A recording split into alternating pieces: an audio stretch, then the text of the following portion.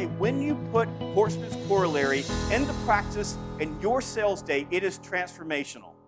It will change everything for you. Because what you begin doing is you start taking small blocks of time, concentrating your focus, and it helps you stick to your guns and not allow things to derail you. An hour at a time, 30 minutes at a time, 15 minutes at a time, trying to save my rear end. 3 weeks in, not a lot of stuff was happening. And I know you've been there, where you've been working really, really, really hard. It's kind of like being on a diet. This is where I go on a diet. I'm 3 weeks in, I've lost 1 pound. I'm like, this isn't working anymore. Somebody give me a steak. Same thing, 3 weeks in, nothing's happening. And then this guy named Lonnie, he's one of our operations managers. He walks into my office. He says, I got a lead for you.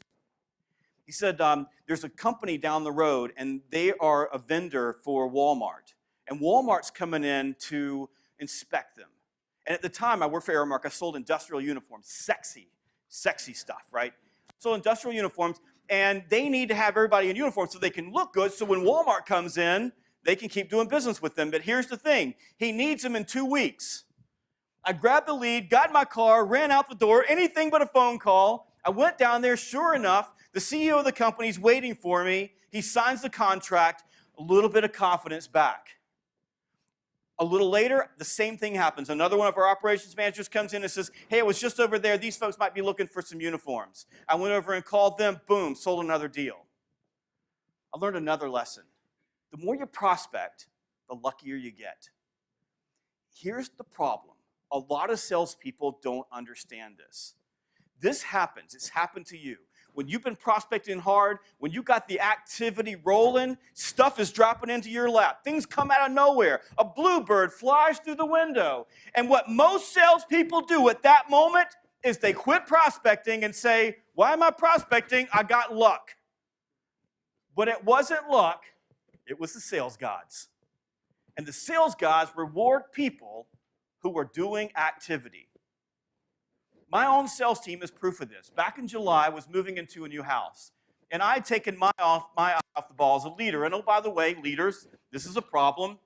If you're trying to drive activity in your sales team and you take your eye off the ball, everybody will quit. That's just what they do. Because you know why? Prospecting sucks. I took my eye off the ball. My sales team quit prospecting. We're in the middle of July. Now, my sales team at salesgravy.com, a lot of people don't know this, probably don't know this in the room, but we're the largest sales employment website in the world. We sell employment advertising. So big companies who want to hire salespeople come to us. Halfway into July, which is not a great month for sales hiring anyway, and a lot of people who are in HR that have a budget are holding off until later. We're in a bad place. We're in a swamp. We are going to really, really, really have a bad month. So I jump back in the middle of my team, and I stir things up, and we get back on the power hours, and we start activity hard. At the end of the month, at the end of July, we set an all-time record for the most sales ever. And the worst month of the year. All-time record.